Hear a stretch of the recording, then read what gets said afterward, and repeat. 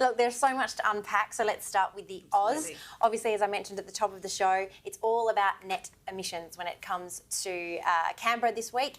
And I guess we've got this story. The Prime Minister, Labor won't save your jobs. It is well and truly on.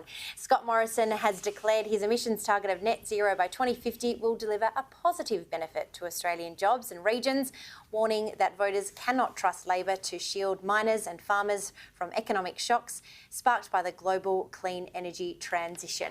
The reverse ferret on this is brilliant. I mean, it's impressive. And it's brilliant. I love the fact that the government have discovered green energy all of a sudden. They have discovered it all of a sudden. And look, you don't have to... Look, it's only 2019. You go back to those grabs and I'm like, oh, it's going to be a very nuanced argument to walk that back in time for the next election.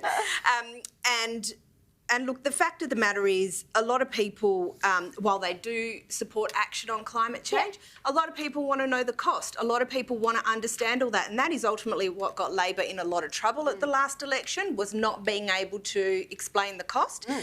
And given a lot of the government modelling in relation to coronavirus, I reckon a lot of people will be a bit reticent about modelling and numbers and cost projections on net zero, because it's we're talking about 30 years' time. So I can understand how people are reticent about it, and it will take a lot of work for the government to be able to not only do that work, but then also to be able to explain it to the electorate in a way which will be palatable. So I think they've got their work cut out for them on that. You're right, not only palatable, but also simplistic. Yes, like, correct. I think the beauty of, and I can't believe I'm saying this, the beauty of Anastasia Palaszczuk's COVID roadmap, it was a simple graphic which people can digest in that bite-sized format, which is where I guess all of our attention spans are going these days. So if you can outline, this is what it's going to cost your hip pocket, this is what it's going to cost you to keep your internet going, this is what it's going to cost to have your air conditioner going in summer, surely that's going to bring the wider electorate around, and also the Nats.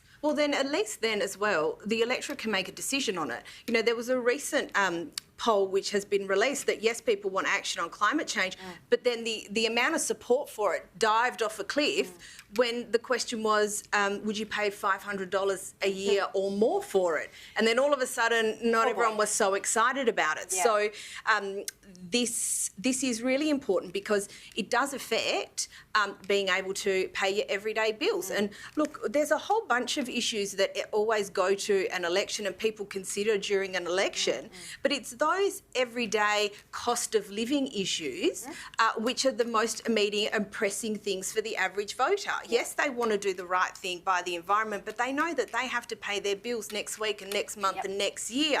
30 years feels a little down the track. Yeah, market could fluctuate just a smidgen. Could just change slightly.